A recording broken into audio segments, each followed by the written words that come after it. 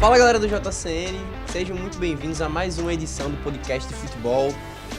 Obviamente a gente tem que começar agradecendo a Uninassal pela oportunidade, por estar cedendo esse espaço aqui pra gente. Agradecer ao nosso coordenador André, também a nossa professora Valéria. E eu não tô aqui sozinho, tô acompanhando aqui na mesa de duas presenças ilustres. Vou estar pedindo para elas se apresentarem agora. Tô aqui com Débora, tô aqui com Maju. Débora, dá uma palavrinha pro pessoal aí se apresentando.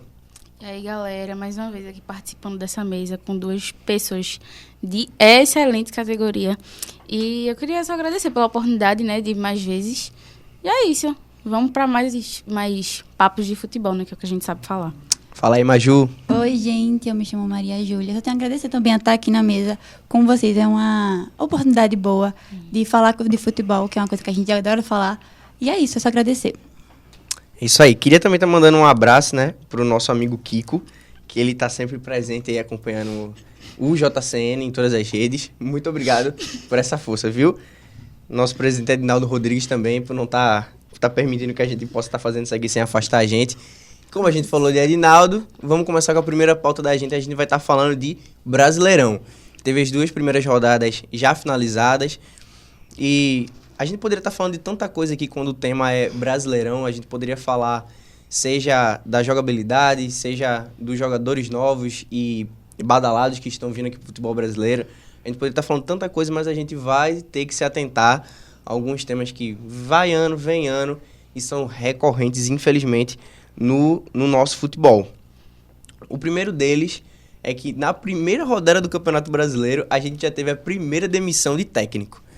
Pasmem, logo 10 dias depois do Campeonato Estadual, o Mano Menezes ele foi demitido do Fluminense depois da primeira rodada do Campeonato Brasileiro e o Fluminense foi atrás de um cara muito querido pelo torcedor brasileiro no geral, que tem identificação com o clube, que é Renato Gaúcho. Então, queria estar passando para as meninas agora, para elas estarem dando um pouquinho dessa opinião. Débora, o que é que tu acha de Renato Gaúcho no Fluminense? Quais são as tuas expectativas para esse trabalho dele? Bom, como você disse, já é uma carga muito recorrente no futebol brasileiro. Então, ele, querendo, a gente já está gravando esse podcast, já tendo a segunda rodada, então ele já mostrou que veio para jogo. Totalmente diferente das expectativas que o torcedor do Fluminense tinha com o Mano Menezes.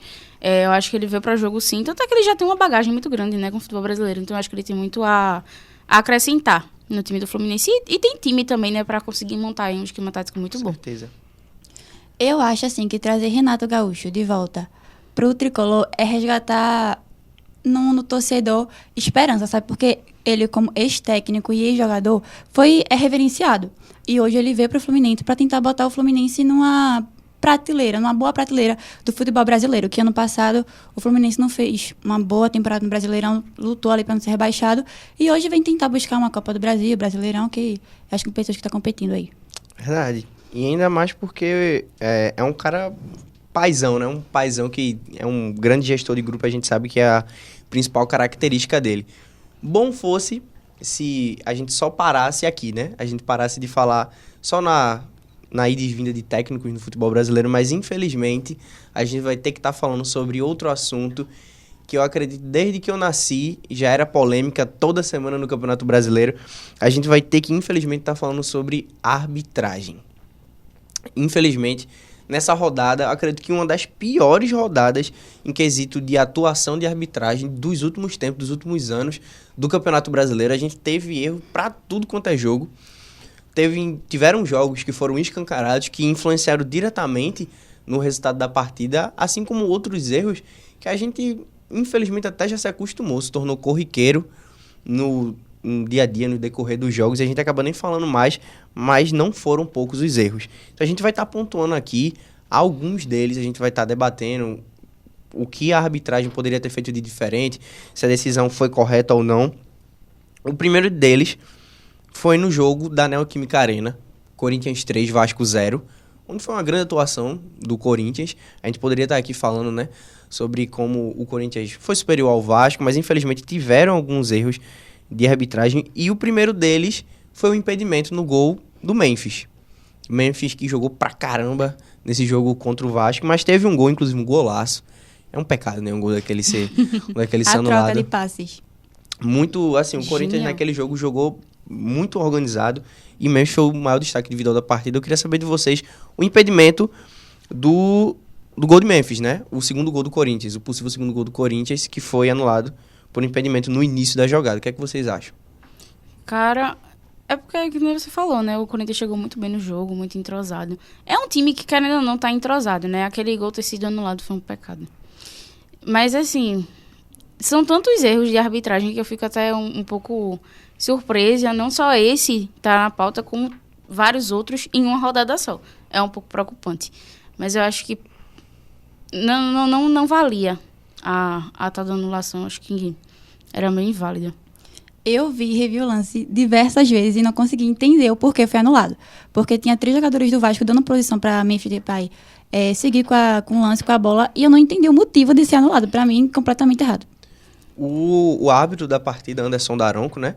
Ele, no meio da transmissão, inclusive o narrador, que no caso teve o jogo que foi transmitido pela Prime, né? Também. Galvão geralmente é meio perdido por vida, né? Mas aí não contribuíram com ele. Ele ficou mais perdido. Ele ficou, como assim? O que é que estão procurando? Isso aí é complicado. O VAR no futebol brasileiro, ele já passou de ser um instrumento, não sei se vocês concordam, que busca apenas os lances capitais, mas tá buscando o tempo inteiro qualquer coisinha para anular o gol. E acredito que o argumento que eles utilizaram foi que no início da jogada, no primeiro lançamento, na quebra do goleiro para a área do Vasco, teve o impedimento do jogador do Corinthians, sendo que o lance foi muito, não influenciou em absolutamente nada na construção da jogada, que, como as meninas aqui ressaltaram, foi uma belíssima jogada e um gol do Corinthians que deveria ter sido validado. Outro lance, na verdade, outros lances, que em Atlético Mineiro e São Paulo, o jogo lá em Belo Horizonte, tiveram 3 expulsões. 3 expulsões de Lianco, Caleri e do técnico Zubeldia. Então eu queria estar sabendo de vocês, primeiramente a respeito de Zubeldia. Vamos separar os jogadores, a gente fala depois. Mas do técnico Zubeldia, vocês acharam ele bem expulso? Vocês acreditam que o árbitro poderia ter tido um jogo de cintura maior? Como é que foi essa questão? Com certeza poderia ter tido aquele jogo de cintura maior. O Zubeldia, ele é um técnico estressado. Vamos dizer assim, ele é um técnico que ele busca garra, busca a confiança do time. Então ele tá sempre brigando, tá sempre no embate, ali na beira do campo, quase invadindo. Mas poderia ter sido revisto, obviamente. Acho que um amarelo, uma punição, uma conversa antes. Com certeza deveria ter existido. Mas, né, a arbitragem, fazer o quê? Assim, se o juiz achou que ele desrespeitou ele, falou demais, beleza, chegava ali, conversava, dava o primeiro amarelo. Eu não vi necessidade de aplicar 2 amarelos seguidos. Eu acho que poderia ter sido sim, conversado, tentado amenizar a situação. Agora, 2 amarelos seguidos, eu acho que não era necessidade, não. Entendi.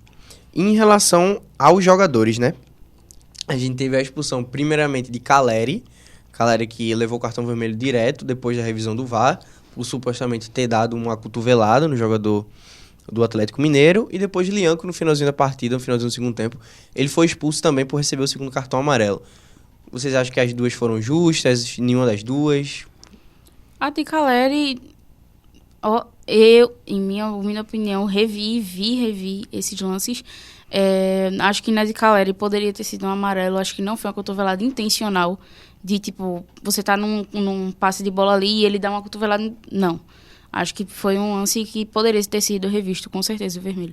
E o amarelo de Lianco, cara, eu não vi muita necessidade, mas se o juiz pode ter visto essa possibilidade, se Zubeldia foi expulso muito menos, quem sou eu para dizer alguma coisa? O de Caleri, eu fiquei muito na dúvida, porque assim, ele não vai com o cotovelo, ele vai com um antebraço no rosto do jogador do Atlético. Então, pra mim, era um amarelo. Eu acho que deveria ter conversado, era um amarelo, acho que pra vermelho não. E o de Lianco, a questão dele é que ele já tinha um amarelo.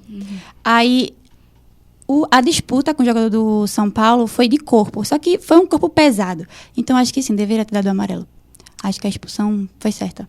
Eu vou ser sincero com vocês. A de Caleri, eu realmente não achei, concordo com vocês, não vi nada no lance que caracterizasse uma expulsão direta, não. Ele sobe para disputar a bola, o braço sobra claramente no rosto do jogador, mas a arbitragem fala muito, os comentaristas, né, da arbitragem falam muito sobre a questão do gatilho, né? Não teve o gatilho dele dar o de propósito, né, para atingir o outro jogador. Ele tava saltando, cara, foi um movimento para pegar impulsão. Com certeza. E aí o juiz em campo ele não deu. né? Mas o VAR chamou ele para fazer essa revisão. E a partida... E dificilmente no Brasil o juiz é chamado para a beira do campo e mantém a sua decisão, né? E a de Lianco, eu também não expulsaria ele, mas eu entendo, porque Lianco, ele já tinha feito uma falta muito dura no primeiro tempo. Ele teve uma confusão com o Ferreirinha, tomou o amarelo e tomou o segundo amarelo no final do jogo. Eu acredito até que esse segundo amarelo foi o árbitro tentando fazer uma compensação por ele não ter expulsado o Lianco durante o jogo, que acontece muito isso, né? Então, o lance em si eu não expulsaria, mas eu entendi o porquê da expulsão do árbitro. Ele tentou corrigir um erro dele, né? Tivemos também um erro, que esse daqui só perde para o lance que a gente vai falar na sequência dele. Mas esse daqui também eu fiquei... Custei a acreditar que foi o lance Internacional e Cruzeiro. Todo mundo sabe que o Inter vem muito bem, jogando muita bola. Então já seria difícil para o Cruzeiro enfrentar o Inter no Beira-Rio lotado, diante do seu torcedor. Foi 3-0, mas até a expulsão do jogador do Cruzeiro, com mais ou menos 20 minutos do primeiro tempo, o Inter ainda não tinha conseguido fazer aquela dominância para cima da equipe do Cruzeiro. E uma expulsão influencia diretamente na partida. O que é que vocês acharam? O jogador do Cruzeiro, Jonathan, ele recebeu a expulsão por supostamente ser o último homem e o juiz expulsou ele direto por impedir uma chance clara e manifesta de gol. Vocês acharam que ele foi bem expulso? Não, jamais. Como você disse, o Cruzeiro ele estava indo para jogo. O Inter no momento não estava tendo chance. E, obviamente, uma expulsão de um jogador pesa muito internamente no psicológico do jogador. Mas eu acho que não teve nenhuma clara. Poderia supostamente ter sido amarelo, com certeza. Mas para vermelho foi muito exagerado. Achei uma decisão muito à flor da pele, muito no calor do momento. Mas para vermelho não tinha nenhum cabimento. Eu concordo com Débora. Eu acho que, assim, 20 minutos de jogo, um vermelho, é complicado. Então, eu acho que o amarelo deveria ser colocado em jogo, porque o jogador do Inter, os dois jogadores do Cruzeiro, dá uma balanceada ali no jogador do Cruzeiro, dá um toquinho, mas eu acho que o jogador do Cruzeiro do Inter já estava prestes, assim, a cair. Ele literalmente se desequilibrou. Então, acho que não deveria ser para cartão vermelho, deveria o amarelo, mas vermelho, claro, para mim não. E início da partida mudou totalmente o ar do jogo. Eu achei muito pesado, muito, muito pesado. Tanto é que eu revendo o lance, eu custo acreditar que foi falta. Eu fico olhando o lance e isso aqui foi falta mesmo? Pensa muito, eu fiquei né? pensando, e assim, se ele marcou a falta, tudo bem, ele entendeu que foi falta, ele tem que dar um amarelo e só. Tinha um jogador do Cruzeiro na cobertura junto com ele. Ele não era o último homem. Então, assim, eu realmente não entendi o porquê dele ter expulsado o jogador e, como eu disse, influenciou, como vocês também disseram, diretamente no resultado da partida. O Cruzeiro foi claramente prejudicado a partir dali e o Inter tomou conta e fez, se impor o fator casa também. O time que vinha jogando mais, o Cruzeiro realmente, independente da expulsão, também não estava num momento muito bom, mas não justifica. Não justifica ele ter sido claramente afetado negativamente na partida. Mas, como eu disse, esse lance só não me abismou mais, na verdade, do que dois. Antes de falar do que tá na pauta aqui, eu queria só trazer... Não sei se vocês assistiram o jogo Santos e Bahia. Foi 2-2. Eu assisti esse jogo na Vila Belmiro. Na Vila Belmiro? Não, queria eu, né? Assisti dentro de casa mesmo. Mas foi um jogão assim, trocação, Bahia e Santos. O Santos foi pra jogo. O Bahia, que eu acho um time até mais organizado, teve dificuldade contra o Santos. Mas no segundo tempo, se eu não me engano, teve uma bola que o jogador do Santos cruzou, desviaram de cabeça e bateu no rosto do jogador do Bahia. Os jogadores do Santos pediram o pênalti e o juiz deu. Porque bateu no rosto do jogador do Bahia. O juiz deu o pênalti na hora, tipo, ele tava de frente pro lance, mesmo assim deu. E ficou, tipo, uns 2-3 minutos aqui, assim, ó. No VAR, chamaram ele à beira do campo, ele foi no VAR, ainda ficou 1 minuto olhando a bola bater na cara do cara, assim, ó. E eu fiquei, não, esse cara tá de sacanagem. Esse cara tá de sacanagem. Eu acho que eles estão tentando arrumar algum ângulo que essa bola, antes de bater no rosto dele, resvalou no dedo midinho dele pra ele marcar pênalti. Porque, assim, é bizarro como é que o VAR é incompetente ao ponto de chamar o cara na beira do campo pra ver um lance desse. Mas diante do que aconteceu na Ilha do Retiro, esse lance do Bahia, apesar de ser absurdo, se torna fichinha diante do que aconteceu no jogo Sport Palmeiras. A gente vai estar falando dele agora, até porque eu acho que é o lance que mais repercutiu nessa rodada, não só, principalmente aqui no nosso estado, em Pernambuco, por ser com um time daqui de Pernambuco, mas repercutiu nacionalmente falando, né? Todo o Brasil falou desse lance, porque foi assim, um escândalo como um pênalti desse pode ser marcado com o VAR em ação. Assim, ele se quer chamar para revisar um lance desse, é você cuspir na cara do torcedor que foi ao estádio, que pagou ingresso, que tá com aquela ansiedade de ver o time voltando para a primeira divisão depois de tanto tempo, e você se deparar com um lance desse é, no mínimo, frustrante e revoltante. Quero passar para vocês darem também algumas ponderações a respeito desse lance, do pênalti marcado que decretou a vitória do Palmeiras contra o Sport. Débora?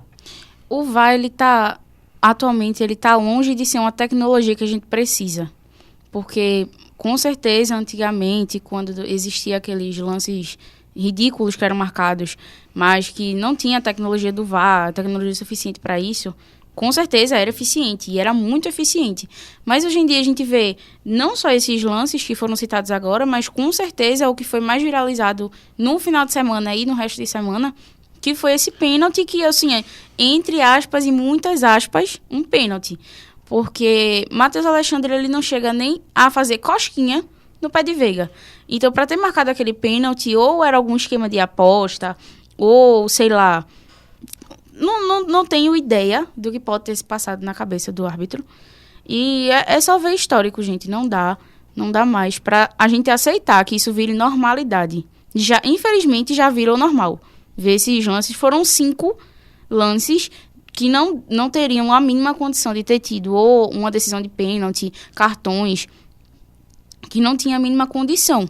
Então, tipo assim, já virou normal, infelizmente. Isso ter acontecido agora foi só uma virada de chave para que, pelo menos, a confederação, todo que rege ali o meio da comissão de arbitragem, ele enxergue que não dá mais. Já virou inaceitável. Assim, de início, pra mim, aquilo ali não foi pênalti, muito menos falta. Como a Débora mesmo falou. Matheus Alexandre não faz cosca no... Ele toca na bola, né? Ele toca na bola. Era no um pé de lance de Veiga. gol. Ele toca na bola. Se tocar no pé de Veiga é pouquinho. Então, pra mim, nem falta aquilo foi. E é aquilo, né? O VAR tá ali pra nada. Porque não é de agora. Faz tempo que tá nessa. Não é de agora. E, assim, tá longe pra mudar. A situação tá complicada. E a segunda rodada do Brasileirão, e se isso está acontecendo e continuar desse jeito, vai ser daqui para baixo. Não é nem daqui para frente, daqui para baixo. Está muito complicado. A situação cada dia é pior, porque antigamente, eu estava até conversando fora do ar com Débora, dizendo que eu enxergava Daronco como, há um tempos atrás, um árbitro, assim, não um bom árbitro, mas um árbitro que pelo menos se diferenciava. De vez em quando mostrava uma postura diferente dos demais, Rafael Claus também, mas hoje em dia, assim, não se salva ninguém, assim. Tem sido cada rodada pior, uma atrás da outra. E a CBF tem investido na utilização do VAR, porque não é uma tecnologia barata, tecnologia cara, que não está sendo utilizada, não é nem de uma forma devida. Não está sendo utilizada, porque ela não foi utilizada. Exatamente. Ela não foi utilizada no jogo, porque o jogador do Sport, ele toca na bola. Ele toca na bola e o contato da bola com o Veiga é que desequilibra ele. Ele se desequilibra por conta de um desarme. Então, assim, se até um desarme limpo na bola tá sendo marcado pênalti, eu me lembro muito bem, acho que na semifinal do Campeonato Paulista, Palmeiras e São Paulo, o lance de Vitor Roque, entre Vitor Roque e Arboleda, eu assisti no jogo ao vivo, marcou o pênalti pro Palmeiras, mostrou o replay pela primeira vez, eu tava assistindo o jogo com meu pai, eu disse, vai ser anulado o pênalti, não tem condição no pênalti desse ser marcado. E eu juro a vocês, eu olhei pra ele e disse, que bom que o VAR, né, tá aí, porque o VAR veio pra essas coisas, né, pra evitar que lances desses sejam válidos. E eu fiquei com ele esperando. E ele foi analisando, e demorando, e enfim, não vai anular não, não vai anular não. O pênalti foi validado, o Palmeiras marcou o gol e foi pra final por conta daquele gol. E eu fiquei refletindo muito depois daquele lance, porque, tipo assim, se um lance daquele é marcado, se um lance desse do Sport, contra o Sport, foi dado pênalti também, se a expulsão contra o zagueiro do Cruzeiro foi dada, assim, o critério é zero, né? O critério é zero. E, infelizmente, a CBF tem se preocupado muito mais em criar regra para que os jogadores não subam em cima da bola do que... Ligar realmente para a partida, né? Do Ver o que realmente... Pois é, assim, é difícil. Pensando numa solução, uma possível solução que a gente poderia estar trazendo para o futebol brasileiro, não sei o que é que vocês acham, quero ouvir a opinião de vocês, sobre a CBF importar árbitros estrangeiros para o futebol brasileiro. Vocês acham que seria o caminho mais indicado nesse momento, ou talvez um investimento maior na profissionalização de árbitros daqui mesmo do Brasil seria ainda melhor? Qual vocês acham que seria um caminho que poderiam estancar esse sangramento atual da arbitragem brasileira? Cara, eu acho que poderia ser, assim, uma coisa analisada. Porque a gente vê as experiências dos outros árbitros de fora em outros jogos, em outros campeonatos, que obviamente tem que ser extraídos esses profissionais. Acho que poderia ser um investimento com certeza maior, mas que poderia, como você disse, a questão de profissionalização. Até porque tem muitos, infelizmente, que se deixam levar por outras questões. São muitos escândalos que são revelados no meio da arbitragem, jogadores, enfim, tudo isso ele cria uma bola de neve e faz com que tudo isso vire um escândalo. Então acho que poderia, com certeza, ser analisada a questão da vinda de arbitragem externa, né? Assim, eu não extermino a possibilidade de trazer árbitros de fora, mas eu acho que, no momento, se trouxessem, estaria colocando os erros que existem aqui no Brasil para debaixo do tapete, sabe? Eu acho que estaria escanteando o que acontece aqui. Eu acho que tem que resolver primeiro o que está acontecendo aqui, ver o que serve, ver o que não serve. Se só ficar escanteado por meses não está resolvendo, bora ver outra forma. É legal a ideia, é uma possibilidade muito boa, mas eu acho que agora tem que resolver primeiro aqui dentro, ver o que presta, ver o que não presta, e é isso. A gente falou de muito ponto negativo, né? O ponto negativo da rodada, com certeza, foi a arbitragem e os times prejudicados. Mas eu queria saber de vocês um ponto positivo, assim, né? Porque o nosso futebol também tem crescido, a gente sabe disso. E é uma pena que a CBF não consegue fazer um campeonato à altura de tanta coisa que o futebol brasileiro proporciona e poderia proporcionar para o mundo também, como são os campeonatos afora. Eu queria fazer um destaque, o meu destaque positivo, passar para vocês também, são os times do Nordeste. Os times do Nordeste que têm ganhado uma casca, têm se colocado no cenário nacional de uma forma bacana. O Bahia aí jogando muita bola. O próprio Sport, que apesar de não ter conseguido um resultado possível nem contra o São Paulo, nem contra o Palmeiras, são duas equipes, em teoria, que um dia desses estavam disputando aí a Supercopa do Brasil, definindo título nacional. O Sport bateu de frente com os dois. Acredito que teve até o controle do jogo em alguns momentos contra a equipe do Palmeiras. O Palmeiras também vem numa decrescente. Contra o São Paulo também fez jogo duro. Então, o Bahia jogando muito, o Sport bem. O Ceará tá jogando muita bola também. Fortaleza, de alguns anos aí, se estruturando já. E até o próprio Vitória, que na primeira rodada deu uma vacilada, mas enfrentou o Flamengo, que tem um grande elenco, mas também fez o resultado, assim, ser duro pro Flamengo, conseguiu arrancar um bom jogo. Então, meu destaque positivo para essa rodada são os times nordestinos. Queria ouvir de vocês também aí um ponto positivo aí pro nosso Brasileirão nessas duas rodadas iniciais. No geral, eu também analisaria os times do Nordeste. Como você bem disse agora no último confronto, o Vitória e Flamengo. O Vitória, no Barradão, é sempre uma acústica diferente, uma energia diferente. E nesse Vitória e Flamengo também não ia ser nada ao contrário. Foi um jogo muito batido, que com certeza no final o Bruno Henrique decidiu, mas que foi um belo de um jogo. E eu não deveria deixar de fora o Sport, que apesar de ter pego um adversário de Libertadores, Copa do Brasil, enfim, todos esses campeonatos que faz muito tempo que o Sport não disputa, conseguiu controlar muito bem o jogo. Todas as posições, eu acho que o Sport ele teve uma abertura para quebrar, principalmente nas laterais. Vi muito a questão antes da saída dele, de Hereda. Hereda ele conseguiu dominar muito bem a lateral direita. Cariús na lateral esquerda também. Achei que foi um bom jogador. Gosto muito do português também, hein? Sérgio Oliveira. O tal do Sérgio Oliveira, ele tem aquela... Joga a bola, Ele tem a bola, ele joga muita bola, né? Acho que não entrou muito ruim também no jogo, muito criticado pela torcida do Sport, Matheus Alexandre. Duvidam muito da questão do investimento nele. Futebol é bronco. O Pobre não entrou mal, mas ainda se envolveu no lance do... No lance, teve até que né? pedir desculpa, o coitado. Mas ele foi um jogador que foi muito questionado, a questão do investimento de 9 milhões. Mas ele não entrou mal no jogo, ele conseguiu dominar muito bem. Poderia ter sido a questão do time reserva do Palmeiras, poderia. Mas que conseguiu dominar muito bem o jogo, e acho que eu vou concordar com você, os times do Nordeste, eles estão dando muito destaque.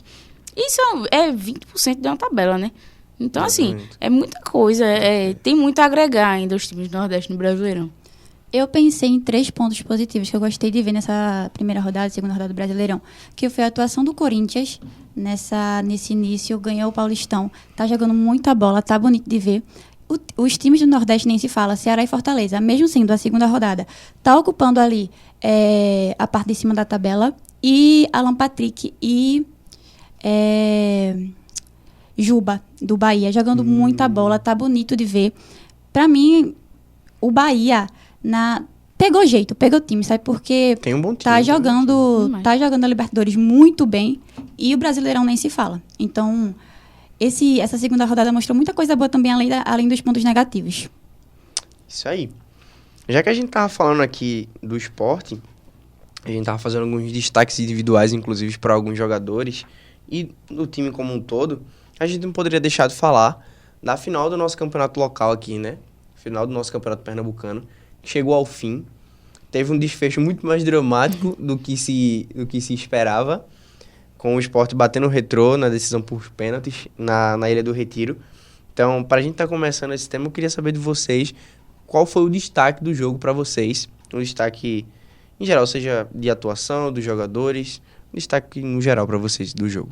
Eu poderia muito bem falar de um destaque do time campeão, mas eu não vou deixar de falar de Fernandinho. Aquele gol de falta que ele fez para matar o jogo, aquilo não foi um gol, não, foi uma pintura. Declan Rice viu o juiz de Fernandinho pra jogar na Champions. Ele simplesmente pintou aquele gol de uma forma surreal. Eu não poderia deixar de falar de Fernandinho, foi um destaque absurdo. Baita gol. Não só na final, como também em todos os jogos, ele é um destaque. Ele, Hadley, Michael Douglas, enfim, todos do Retrô. E bateu muito bem o time do Sport, que ele simplesmente decaiu, né? O Sport, ele não foi muito pra jogo, acho que marcou um gol, beleza, mas que depois daquele gol de Chico, foi com Deus. Toda a bravura, toda a determinação que tinha, o Retrô conseguiu ali pegar todas as brechas que tinham no time e dirige muito bem toda aquela situação e tal. Acho que vou dar o destaque para Fernandinho, exclusivamente. Eu poderia separar 2 destaques, um do lado do Sport e outro do Retrô. Fernandinho, sem sombra de dúvidas, deu assistência para o primeiro gol e fez o gol de falta, botou o Retrô ali na disputa ainda, e Kaique França do lado do Sport, porque assim, fez defesas que poderiam complicar o Sport, defendeu um pênalti que foi bem mal batido, mas não tira o mérito dele de defesa. Então, Kaique França e Fernandinho, os nomes do jogo. Tem se firmado, né, como goleiro. Já tem a confiança da torcida já, né, Kaique França. Agora, surgiram alguns comentários, depois, apesar do Sport ter sido campeão, já se passou, né, depois da final do Campeonato Pernambucano, o Sport estreou no Brasileiro, teve 2 rodadas aí que, apesar, como eu disse, dos resultados negativos, apresentou um bom futebol, então talvez essa visão do torcedor tenha mudado um pouco. Mas teve muito burburinho de tipo, poxa, tem que mandar Pepe embora, o Sport pode render mais que isso, tem que mandar Pepe embora. Queria saber da visão de vocês. Pepa, ele é um treinador que pode, de fato, fazer o Sport ficar nessa crescente, ter uma evolução como um time, ou acredita que o time já atingiu o seu potencial máximo, não passa disso? Olha, eu ainda acho que Pepa come peixe de coco na Semana Santa. Eu tenho muitos pontos. Eu analiso muito a questão da torcida do Cruzeiro, elogia muito o técnico Pepa, em questão de, vamos usar esse termo que eles usam muito, ter tirado o leite de pedra do Cruzeiro. Na época que ele foi técnico, ele conseguiu dirigir muito bem para que não tivesse uma fase no Cruzeiro, né? Eu acho que ele conseguiu fazer a mesma coisa com o Sport no acesso. Foi muito bem, mas vamos aos tópicos. Temos os positivos, que eu acabei de citar, e os negativos também. que eu acho que ele é um bom técnico, mas que para a Série A eu ainda tenho minhas dúvidas, porque foi se dá muito por aquela questão. Ele não chama de rodízio, mas eu vou chamar de rodízio. É muito aquela questão da rotação de time. Ele não fixa num time. Não acho que na final do Pernambucano ele focou muito nas duas posições. No Brasileirão também, as duas rodadas, as escalações foram muito parecidas. Mas acho que ele rotaciona muito e isso às vezes dá uma prejudicada, porque o time não tem ritmo de jogo. A fixação da escalação, da titularidade, ela não existe. Ou seja, não tem aquela firmeza e tal. Então, eu acho que isso pode prejudicar um pouco o Sport no futuro. Atualmente vem dando certo, mais ou menos. Mas que eu ainda acho que Pepa come um peixinho de coco ali na Semana Santa, ainda fica aqui um tiquinho. Mas que o Sport deveria muito bem procurar um investimento bom para a Série A. Até porque é um time que promete ficar, né? Se manter ali entre os 16º melhores colocados. Apesar de uma Série B assim, bem consistente do técnico do Sport, dependeu de outros times para poder subir, eu acho que agora, no momento, o time tá pegando um pouquinho de engrenagem, tá se encaixando, tá pegando o ritmo de jogo. E eu acho, assim, na minha visão, que ele trouxe um pouquinho de agressividade pro time do Sport, sabe? O início do Sport não foi legal, perdeu contra o Fortaleza, perdeu contra o Santa Cruz, teve alguns desfalques ali, algumas oscilações, mas acho que no momento pode pensar em um técnico melhor, que eu não acho o Pepa um técnico horrível, um técnico que não dê futuro, muito pelo contrário, eu acho que sim, ele pode botar o Sport para frente, pode subir, pode mudar assim, o ritmo do Sport, mas acho que no momento dá para ele ficar, dá para ele pegar uma posição legal no Brasileirão, dependendo de como é que vai ser, mas eu acho que ele trouxe um ar legal pro time rubro-negro. Importante, né, a volta de alguns jogadores, né, que ele tem agora à disposição, chegada de muitos jogadores, alguns jogadores novos também, que, querendo ou não, demandam um tempo de adaptação com ele também. E eu vejo, sim, o Sport evoluindo. Como eu tinha feito o destaque aqui para Sérgio Oliveira, eu quero reiterar, porque quando eu vi que o Sport anunciou a contratação, eu fiz, opa, é um nível de jogador, o Sport está investindo pesado. Tem-se o risco, porque ele é um jogador que vinha com um histórico de lesão, né, no clube que ele jogava.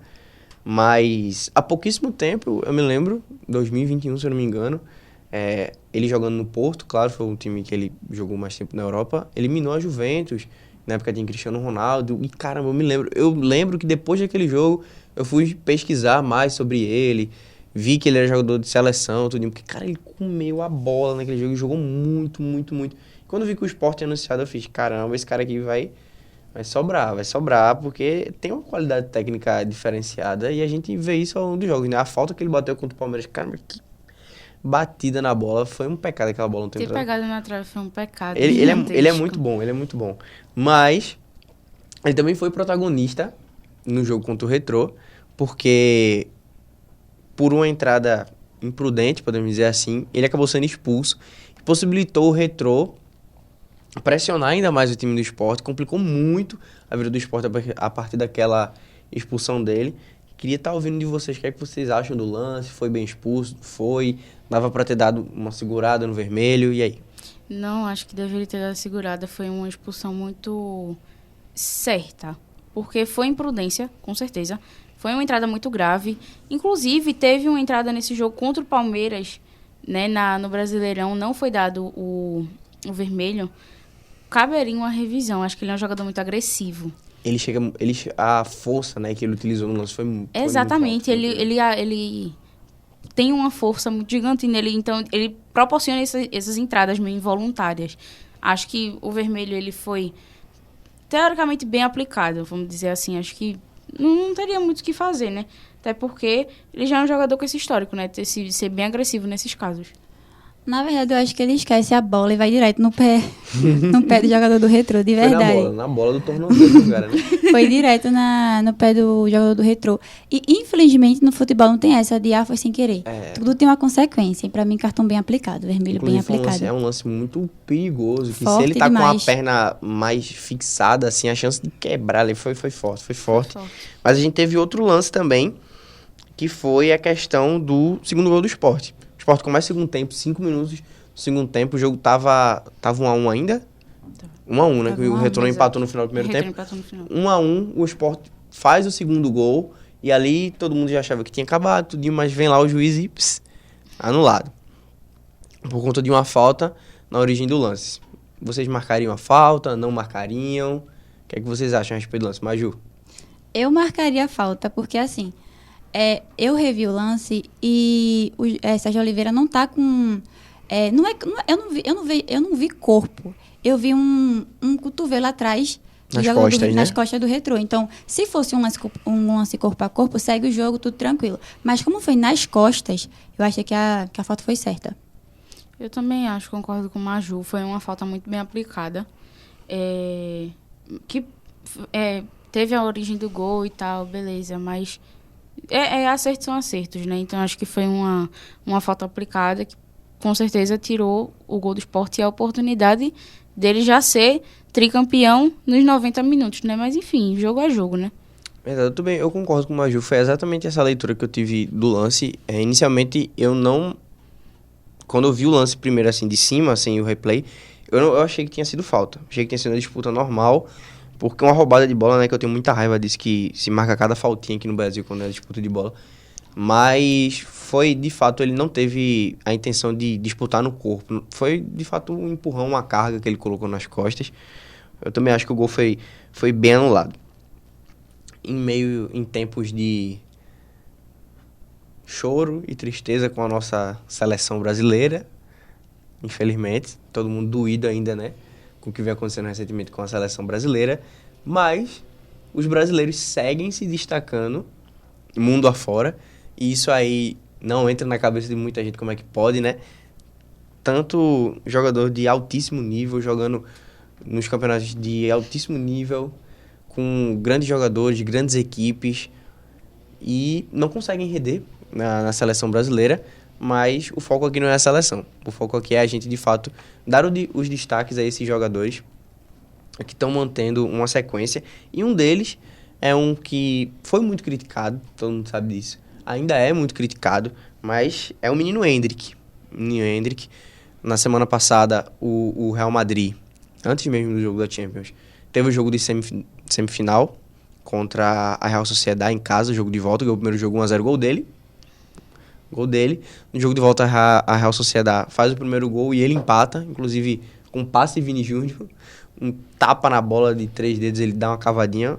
Aí o jogo virou uma loucura completa, né? Mas no final o Real se classificou 4-4. Mas eu queria ouvir de vocês a respeito de Endrick. Porque assim, se questiona muito dele, se cobra muito dele e se esquece que o moleque tem só 18 anos de idade. Ele é muito novo. Ele tem muita coisa para aprender. O próprio Vini, o próprio Rodrigo, quando chegaram lá, não explodiram logo de cara. E querendo ou não, ele tem um tal de Kylian Mbappé que joga na posição dele e não proporciona ele tantas oportunidades, mas ele é o atual artilheiro, um dos artilheiros da Copa do Rei. Ele tem 5 gols na Copa do Rei. Quando jogou, fez valer, mostrou que tá a serviço ali do Real Madrid também. Queria ouvir de vocês a respeito dele. O que é que vocês esperam da evolução do menino? Se ele deveria buscar, por exemplo, outro clube, ser emprestado. O que é que vocês acham, Débora? Eu acho que é uma baita de uma oportunidade para Endrick. O menino tem só 18 anos, como você bem ressaltou. São muitas críticas em cima dele. Acho que só pelas faltas de oportunidade, né? Ancelotti no time ele não dá muita brecha para que ele faça todo o jogo, mas como ele bem disse, contra o Real Sociedad foi um absurdo. Endrick é muito bem jogador, mas como o destaque não é a seleção, né, poderia muito bem falar que ele, com certeza, juntamente com o Rodrigo, Vini Júnior, enfim, todos os jogadores não estão muito bem na seleção. Mas que São duas realidades totalmente diferentes, né? Ele lida com o Real Madrid de Kylian Mbappé na posição dele e ele lida com a seleção brasileira, que tem muitas pérolas, mas que, assim, são duas realidades totalmente diferentes e são duas qualidades diferentes. Mas eu acho que ele é um ótimo jogador, artilheiro da Copa del Rey, né? Tem muito a acrescentar ainda. Falta só a questão da oportunidade, como eu bem disse. É só essa questão que eu acho que ainda falta para ele conseguir desenvolver o jogo dele e mostrar para que ele foi pro Real Madrid, né? Eu concordo com o Débora. Eu acho que o que ele realmente precisa de mais tempo em campo, porque os números que ele tem sendo banco é um bom número. Ele ainda é muito jovem. E uma coisa que eu acho que eu sinto falta que Ancelotti não dá a ele é confiança. Eu acho que Ancelotti precisa mostrar ele que ele tá, tipo assim, num dos maiores, ele sabe disso. Tá no maior clube do mundo e precisa de oportunidade para mostrar o futebol que ele tem. Ele é muito novo, toda vez que ele entra, ou ele dá algum gol, ou faz algum gol, dá alguma assistência, mostra a disposição, mostra que ele é jogo. Então, eu acho que ele não deve sair do Real agora, não. Tá bem lá. Claro, é banco para Mbappé, porque também é Mbappé, né? Mas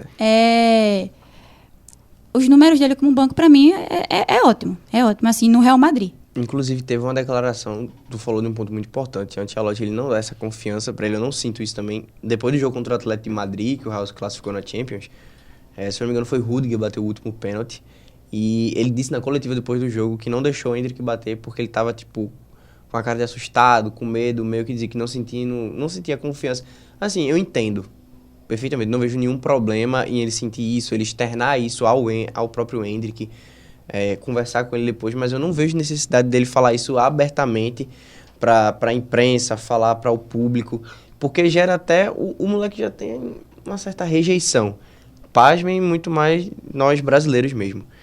E com um treinador que deveria ser esse cara para dar essa confiança para ele fazendo isso, eu acho que a mente do moleque fica tipo, meu Deus, esse cara não me quer aqui, pô. Exato. Esse cara não me quer aqui, né? E, querendo ou não, o Real Madrid tá precisando também, né, de uma renovação, eu diria assim, no seu setor ofensivo, porque sai uma peça e eu acho que o único jogador que tem sido utilizado hoje no lugar ali é Brahim Dias e só. Muitas vezes Rodrigo não tá bem no jogo, ou o próprio Mbappé não tá bem no jogo, e não tem ninguém à altura para substituir. Mas, como vocês disseram, o Endrick tem mostrado que eu tô aqui, se precisar, pode me colocar, mas dificilmente ele entra. Mas pelo menos na Copa do Rei ele tá indo muito bem. Bom, na Copa do Rei deu certo. 4-4, suado contra a Real Sociedad. Time classificado vai jogar a final da Copa do Rei dia 26 contra o Barcelona. Mais um El Clássico na temporada, os fãs de futebol ficam felizes. Uma loucura. Os torcedores do Barcelona eufóricos pela fase do time, por enfrentar o Real Madrid mais uma vez. O torcedor do Real Madrid preocupado, com medo de perder para o rival mais uma vez essa temporada. Mas a realidade é que na Champions, que costuma ser o ponto de conforto do Real Madrid, não foi bem. Não foi bem. A gente vai estar mudando aqui para falar um pouquinho agora de Champions, porque a gente não poderia deixar de falar, né, da maior competição de clubes do planeta Terra, que teve os jogos de ida das quartas de finais essa semana, encerrados, onde muitos jogos tiveram uma vantagem bem definida. Até o único jogo que não foi uma vantagem tão bem definida assim, que está aberto, tem Bahia e Inter, né, que foi 2-1 para Inter, mas mesmo assim foi fora de casa, né, a Inter leva para dentro de casa. Mas vamos falar agora, continuar falando de Real Madrid, que foi jogar lá em Londres contra o Arsenal e tomou uma senhora sapatada, seja no placar, seja no jogo em si, né? Porque muitas vezes o placar não reflete o que foi no jogo, mas eu acredito que o placar poderia ter até sido maior para refletir o domínio do Arsenal no jogo. E aí, o que é que vocês têm para pontuar desse jogaço, né? Sempre muito bom assistir Champions. Olha, eu queria deixar minhas palmas e meus excelentíssimos parabéns a Declan Rice, que ele não dominou o jogo, não. Ele colocou o Real Madrid no chão e pisou, né? Ele, cara, genial. O Arsenal, ele dominou o jogo inteiro. Ainda tive a oportunidade de assistir deste confronto. Acompanhei os 2 gols desse excelentíssimo jogador. E acho que é bem difícil de virar o jogo, com certeza. São 4 gols para conseguir a classificação direta, mas empatar não acho tanto. o Real Madrid ele tem aquele poder de decidir em casa e decidir com maestria, né? No Bernabéu é sempre aquela acústica muito surreal, é o Bernabéu. Então, acho que a torcida, provavelmente o fator casa vai favorecer muito. O fator pipoca do Arsenal também pesa. Assim. O Arsenal ele pipoca muito. Mas, então, tem esses dois pesos, né? A pipoca e a casa. Acho que o fator casa ele vai pesar um pouco mais, né, para o Arsenal, que vai estar ali, né, dando a força ao seu time. O torcedor do Real Madrid com certeza vai estar marcando presença muito forte. Acho que empatar ali o jogo, até porque foi uma vantagem que o Arsenal abriu gigantesca, né? 3-0 não é pra ninguém, não, mas acho que assim, é um confronto muito bom, vai ser um confronto muito massa de assistir, viu? Assim, eu acho que o torcedor tricolor inglês nunca vai esquecer aquela noite. Nunca, nunca, nunca. 3-0 em cima do Real Madrid, que é um time gigantesco. O primeiro tempo, o Real até pressionou. O Mbappé perdeu um gol, chutou na cara do goleiro, perdeu a chance de poder, assim, abrir aspas pro time do Real. O primeiro tempo foi lá e cá. Eu achei que ambos times perderam chances de mudar o placar do jogo. E o segundo tempo, o Arsenal realmente, assim, jogou muito a bola. No caso, soube aproveitar os espaços que o Real estava proporcionando. Porque Alaba foi muito mal na partida. Valverde faz um ótimo papel na lateral. Porém, assim, a posição dele não é lateral, é meia. E perder um jogador como ele no meio campo é complicado. Bellingham ali teve que se desdobrar, então sobrou muito espaço.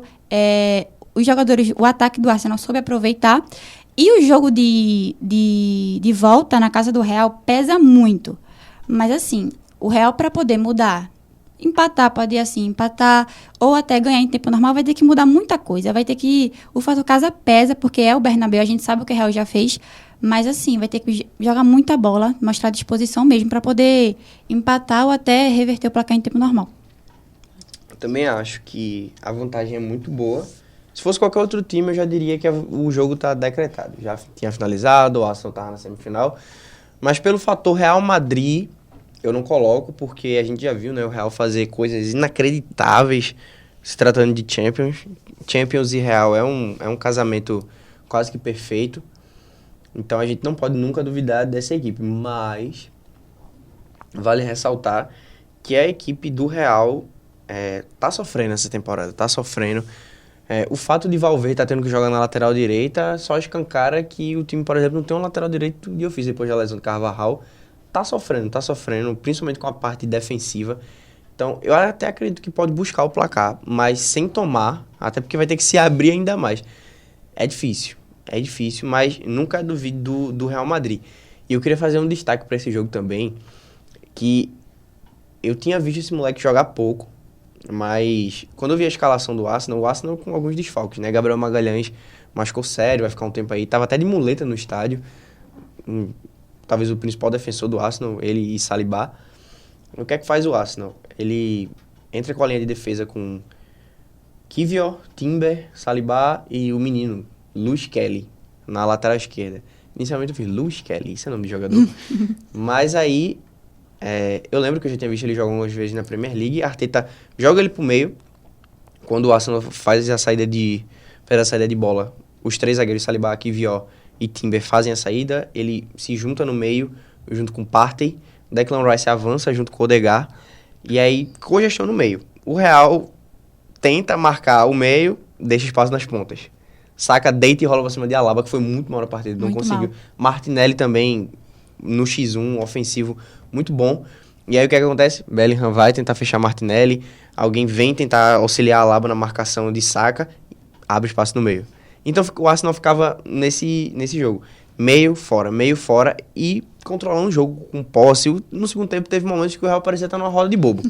Era pra cá, pra lá, pra cá, pra lá, pra cá. Foi um domínio muito grande e que com uma precisão absurda, né? De Declan Rice pra matar o jogo. Acho que é muito, meu irmão, que esse cara caga na escola de banheira de porta aberta, é brincadeira, né? Porque ele olhar pro melhor goleiro do mundo, pra mim, Courtois é o melhor goleiro do mundo. Ele olhar pra Courtois e dizer, eu vou bater no canto dele. Não tô nem aí, ele em 2 metros de altura, que ele é o melhor do mundo, vou dar no canto dele, meu amigo. Quero ver ele pegar, a bola foi no trinco, pô. Nunca mais ele esquece. Que Nunca mais. coisa, Nunca mais, que nunca coisa linda. A bola foi no trinco, um Deixando espetáculo. claro que foram os 2 primeiros gols de falta da carreira do cara, né? Contra o Real Madrid. Contra o Real Madrid. Somente. Ele nunca vai esquecer São as disso. quartas de Champions, beleza. Quarta de Champions, 2 primeiros gols de falta contra o melhor time do mundo, contra o maior time do mundo, contra o melhor goleiro do mundo e só isso.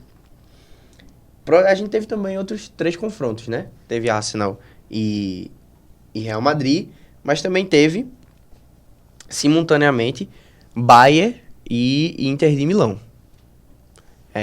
O Bayern jogando dentro de casa contra a Inter. Já se projetava que seria um confronto muito difícil. O Bayern perdeu seu principal jogador, né? Musiala, que joga muita bola, carrega o piano. Mas ainda tem alguns grandes jogadores, como o Harry Kane, que está fazendo uma temporada espetacular. Mas a Inter se provou mais uma vez muito difícil de ser vencida. Foi lá e arrancou o resultado na Alemanha e joga pela vantagem do empate na Itália para se classificar para as semifinais da Champions. Queria que vocês fizessem os destaques de vocês para esse jogo lá na Alemanha. Maju. O destaque do jogo pra mim foi Fratesi, né? Que matou o jogo. Conseguiu a vitória pro Inter. E o Bayern me decepcionou muito, na verdade. Porque jogando em casa, eu esperava uma vitória. Eu sei que seria um jogo difícil, mas jogando em casa, teria que tentar, pelo menos, ir com 1-0, um 2-0, 2-1, talvez. E Miller até tentou, né, segurar ali o empate, mas não aconteceu muito, não. O segundo tempo, o Bayern dominou muito, muito mesmo. Mas não deu. Não deu e Fratesi matou o jogo. Eu vou deixar também meus parabéns para Fratesi. Ele simplesmente acabou com a tática do Bayern. Ele vai desfalcado. Acho que Miller ainda tentou fazer milagre, né? Miller que vai deixar o Bayern depois de décadas no time. Que era menino, Miller já jogava no Bayern já. Exatamente, Caraca, conheci assim, Miller no Bayern. Então, assim, ainda tentou fazer milagre, marcando aquele gol. Mas acho que o Inter ele foi muito superior e ainda vai decidir em casa. Ou seja, são 2 pesos muito grandes, né? E eu acho que vai ser um pouco difícil do Bayern talvez buscar esse milagre aí, esse fora de casa, né? Caramba, fazer gol na Inter é muito duro. Ainda mais jogando em casa vai ser punk pro Bayern. Vai ser punk. E ainda mais eu queria fazer um destaque também para Nicolo Barella. Que jogador fantástico. Que jogador de meio campo. Italiano, bom de bola, raçudo, controla bem o jogo, intensidade. Eu acho um baita jogador. Inclusive, o primeiro gol da Inter é uma pintura, né? Um contra-ataque. Inclusive, o Bayern tava bem no jogo, tá? Tava. Porque ele tinha perdido um gol. Ele perdeu vários, assim, né? Perdeu vários. Mas eu acho que o primeiro gol foi bem categórico. Ele tentou tirar, ele até tirou do gol, mas tirou demais, a bola foi na trave. E no lance seguinte, assim, que a Inter tentou sair nessa transição, o Bayern marcou alto, a Inter saiu. Cara, que golaço, cara. E a finalização do Lautaro no final foi pra fechar mesmo a baita jogada da Inter. Outro jogo que a gente teve foi o jogo do Barcelona contra o Borussia Dortmund, que já se projetava que o Barcelona era favorito contra o Dortmund, ia ter que vir pra cima do Dortmund, porque o primeiro jogo era em casa, a definição é na Alemanha, e aí esperava-se que o Barcelona realmente iria pra cima, mas o Barcelona veio lá um 4-0 pra cima do Borussia Dortmund. Então, assim, aqui eu acho que já foi, hein? Aqui eu acho que já foi. Acho muito difícil um time que tem média de 3 gols por jogo passar em branco na Alemanha e o Dortmund ter que, no mínimo, fazer 4 e não tomar nenhum para levar o jogo para prorrogação. Muito duro. Queria saber de vocês os destaques dessa partida lá na Espanha. Olha, é muito difícil dizer só um, né? Até porque o Barcelona, ele não tá... no caso, ele não tá entrosado. Ele está numa irmandade surreal.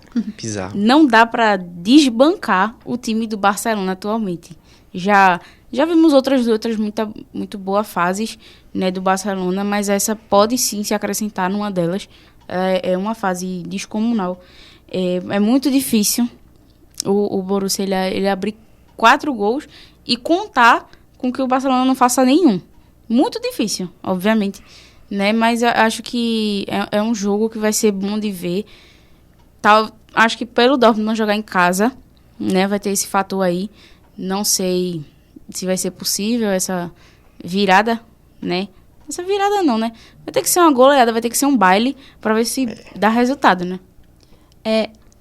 Nos confrontos das quartas, para mim, esse era o confronto menos equilibrado, porque o Borussia oscila muito na Bundesliga.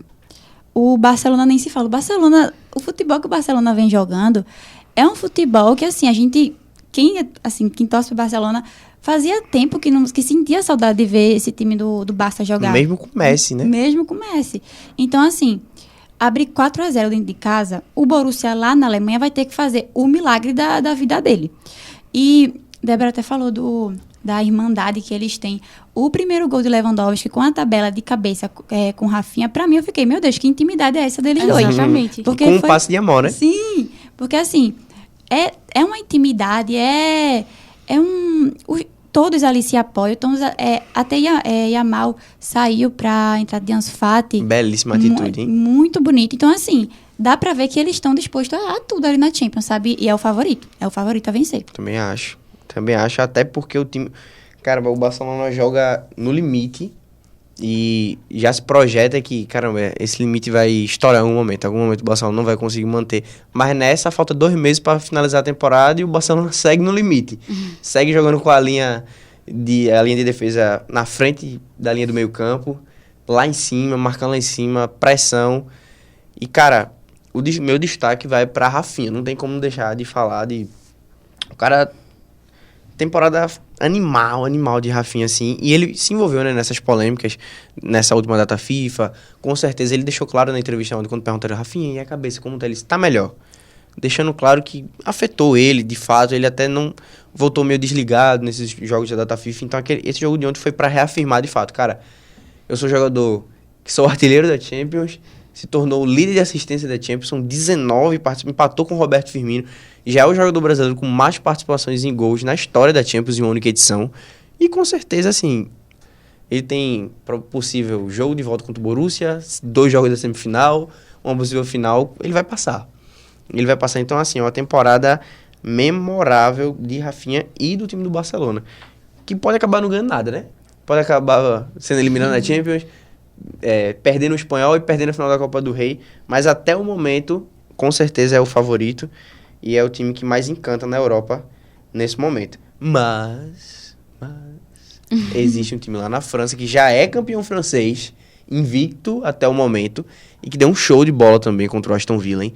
Aston Villa que vinha de 8 vitórias seguidas. Não é um patinho feio, não é 8 jogos sem perder, é 8 venceu. É 8 vitórias seguidas e o PSG foi lá, tomou um sustinho, saiu atrás do placar, mas só golaço.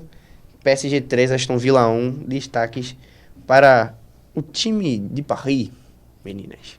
E, eu ainda acho que é um jogo que dá pra buscar aquele empate. Ainda aposto. O Aston Villa vai decidir em casa.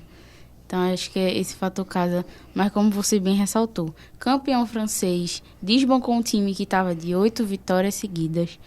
Então, acho que tem muito ainda a acrescentar, né? Dou destaque ali para muitos jogadores. É um time que ele tá atualmente... eu vou dizer entrosado, né? Que ele, como eu já disse, desbancou 8 vitórias de um time que ele estava muito bem quisto na Champions. Então, acho que foi um jogo bom, né? Para ambas as partes. Tomou um susto, como o Felipe disse, mas que deu para recuperar e muito bem recuperado, inclusive. Quando o PSG levou um gol, eu que fiquei assustada, na verdade, né? Eu fiquei, não é possível. Quando veio, se apostou no PSG. A Beth Tava aí. nervosa. A bola que o PSG vem jogando, assim, venceu o Liverpool jogando uma bolaça. Foi incrível.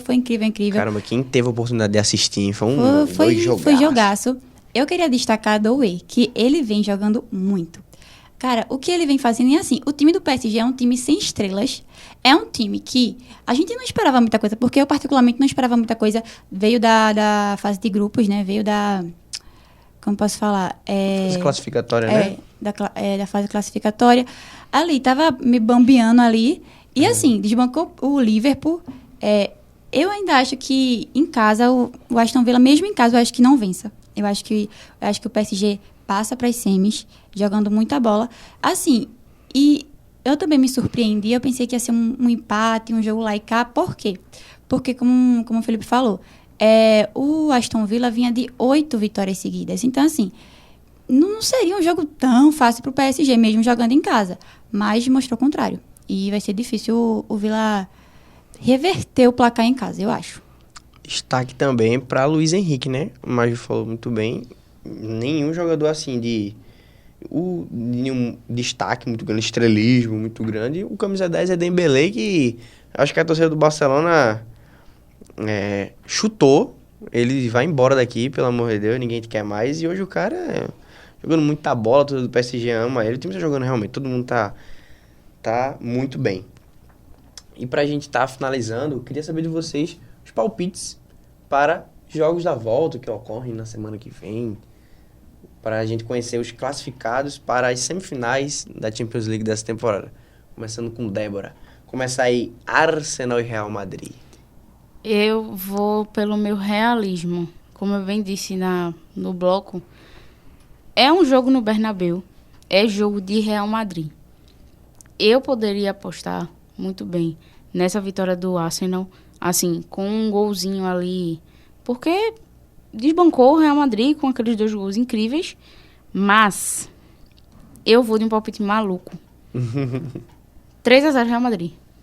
Eu vou de 2-0 Real Madrid. Não passa, não. Não passa. Olha aí. Não passa. Porque, assim, eu acho que pra eles quererem buscar, eles vão abrir. Vai abrir meio campo, vai abrir ala, vai abrir tudo. Então, assim, o Arsenal também não vai só se defender. Assim, eu espero, né? Se quer passar pra uma semifinal de Champions, vai ter que jogar bola também. Mesmo com a vantagem que tem, porque conhece o Real Madrid. Mas eu acho que 2-0 Real Madrid. Acho que empata, não. Eu acho que vai ser 2-1 Real Madrid. 2-1.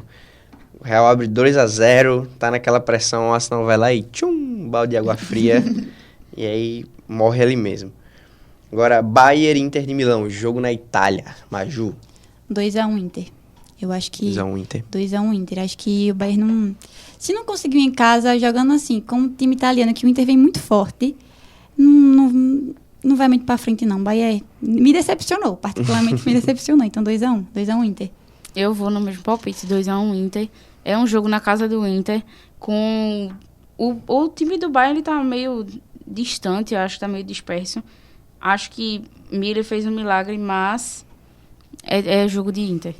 Eu vou de 1-0 Inter. Acho que vai ser aquele jogo amarrado. A Inter vai fazer um gol de cabeça feioso e vai classificar. Barcelona e Borussia Dortmund. Ou Borussia Dortmund e Barcelona, já que o jogo é na Alemanha. Débora. O jogo pra mim já tá ganho. Da parte do Barcelona, pra mim já não tem mais o que fazer. Mas como é na casa do Dortmund, 2-0 Dortmund. Eu acho que 2-1. 2-1 Borussia Dortmund. Acho que o Barcelona não vai ficar sem fazer um golzinho, não. Eu acho, né? Eu acho que o Borussia vai tentar buscar com apoio muito grande da torcida. Mas eu acho que o Barça passa, né? Mesmo o Borussia, assim, pode vencer a partida, mas eu acho que não vence, não. 2-1. 2-1 Barça. Paz... Vocês estão tão otimistas assim no Dortmund? Não tô, não. O jogo da fase de grupo já teve, né? Barcelona Dortmund na Alemanha foi 3-2, foi um jogão, inclusive. Eu ia de 2-1 Barcelona, mas só pra não tirar a escrita de que o Barcelona tá na média de gol de 3 em todo jogo, então vai ser 3-1 Barcelona contra o Dortmund, lá na Alemanha. E pra finalizar, o jogo na Inglaterra, Aston Villa e PSG, Maju. Vai ser quanto aí? Rapaz, eu acho que esse pra mim vai ser empate. Acho que 1-1. Empate. 1-1. Acho que, no caso, o Villa vai começar marcando, mas o PSG vai buscar e, assim, fazer só um gol não adianta muita coisa não, né? Vai ter que fazer 2 pra empatar e mais 1 pra poder virar. Acho que 1-1. 1-1. Tem a possibilidade, né, de que, como eu disse, jogo em casa, aquela coisa, são só não, né? Sei que é muita coisa no mundo do futebol, mas são 2 gols. Dá pra recuperar, mas também vou de empate, 1-1. 1-1. Eu só não vou de 1-1 porque vocês roubaram meu palpite. Aí eu vou botar 2-1 PSG, porque vai que no finalzinho um contra-ataque, né? Maroto, Dembélé, o time do Aston Villa todo aberto. Dembélé toca pra Kvaratskhelia, que é só letrar Kvaratskhelia. Muita bola. Ganha um prêmio. O PSG faz o segundo e mata o jogo. E o melhor jogador da rodada da Champions, eu acho que é unanimidade, né? Pra todo mundo aqui. O Barcelona, Rafinha jogou muito, Yamal, A gente pode... PSG, Doué jogou muito. Mas, cara, não tem como não dar ele, o né? melhor jogo. O homem, né? É ele. Arroz. Declan Rice. Eu acho que ele Declan deveria Rice. pegar uma foto, fazer uma pintura. Tem que fazer. Absurdo, absurdo. Se ele não já tiver, eu Exatamente. sou maluco. É. Uma foto desse lance na casa dele. Então, gente, é isso. Esse foi a nossa última pauta do dia, nosso podcast de futebol. Pra gente estar finalizando, antes das considerações finais, queria estar agradecendo a Uninassal novamente pela oportunidade da gente estar aqui, realizando esse momento pra gente estar falando sobre futebol, que é aquilo que a gente ama fazer, né? Queria passar pras meninas, para que elas pudessem estar fazendo as considerações finais dela. Queria agradecer a Uninassal pela oportunidade e estar cedendo esse espaço aqui pra gente. Pra estar falando do que a gente gosta, que é de futebol. Queria agradecer as companhias. Foi muito massa o bate-papo e vamos por mais, né? Queria estar agradecendo também a equipe da Uninassal, né, que está aqui com a gente proporcionando, nos ajudando com a questão técnica. Agradecer ao pessoal do JCN que está por trás também, né, fazendo isso aqui acontecer. E é isso, gente. Vocês possam estar curtindo, compartilhando, comentando, dizendo o que vocês acharam. A gente está querendo evoluir cada vez mais, ouvir esse feedback de vocês. E muito, muito obrigado por você que chegou até aqui. E é isso. Tamo junto. Até a próxima.